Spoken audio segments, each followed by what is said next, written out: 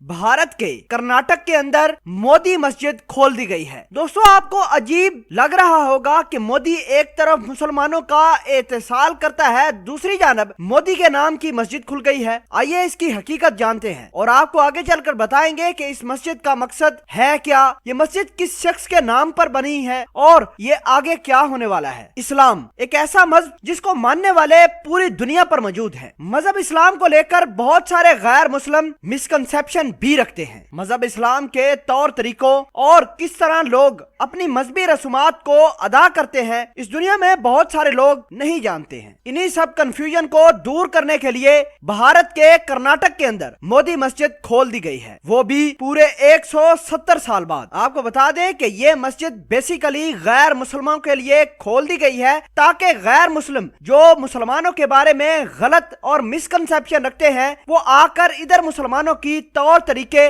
देखें, सीखें, मजहब को समझें। मस्जिद के खुलते ही तकरीबन 400 गैर मुस्लिम ने इस मस्जिद का दौरा किया। मस्जिद में मौजूद मुसलमानों ने दूसरे मजहब के लोगों को कुरान मजीद, आयात, नमाज और रोजे के बारे में तालीमात दी। गैर मुसलमानों के दिमाग में जो मिसकंसेप्शन थी उनको सवालों के जरिए मुसलमानों से डिस्कस किया और मुसलमानों ने तमाम के तमाम मिसकंसेप्शन खत्म करने की भरपूर कोशिश की। जो मुसलमानों के मजहब को जानने के लिए गैर मुस्लिम मोदी मस्जिद की तरफ रुख किया, उनको मुसलमानों ने कुरान मजीद भी डिस्ट्रीब्यूट किए और मुसलमानों का यह कहना था कि ये कुरान मजीद फुरकान हमीद को लेकर वो दुनिया जहान के मसाइल का हल तलाश कर सकते हैं। दोस्तों, अब थोड़ी सी बात करते हैं कि ये मोदी मस्जिद खोलने का आइडिया किसने दिया। मुंबई की एक चैरिटेबल ऑर्गेनाइजेशन ने मुसलमानों और इस्लाम के बारे में जो मिसकंसेप्शन है लोगों के दिमागों में, उसको खत्म करने के लिए इस मस्जिद का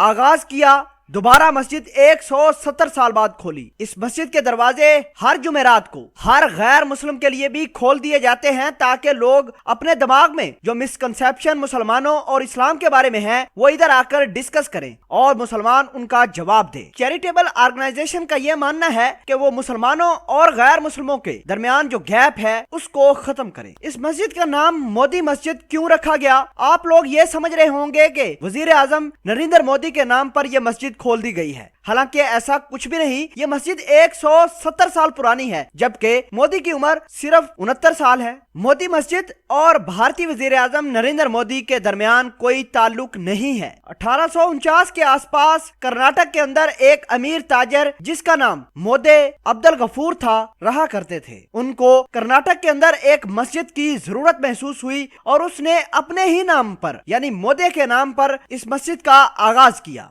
आपको बता दें कि दिल्ली के अंदर भी एक रोड है जिसका नाम मोदी है, वो भी इसी ताजर के नाम से मंसूख है। बहरहाल इस चैरिटेबल ऑर्गेनाइजेशन ने जो काम शुरू किया है मुसलमानों के लिए, इस्लाम के लिए, वो काबिले तहसीन है।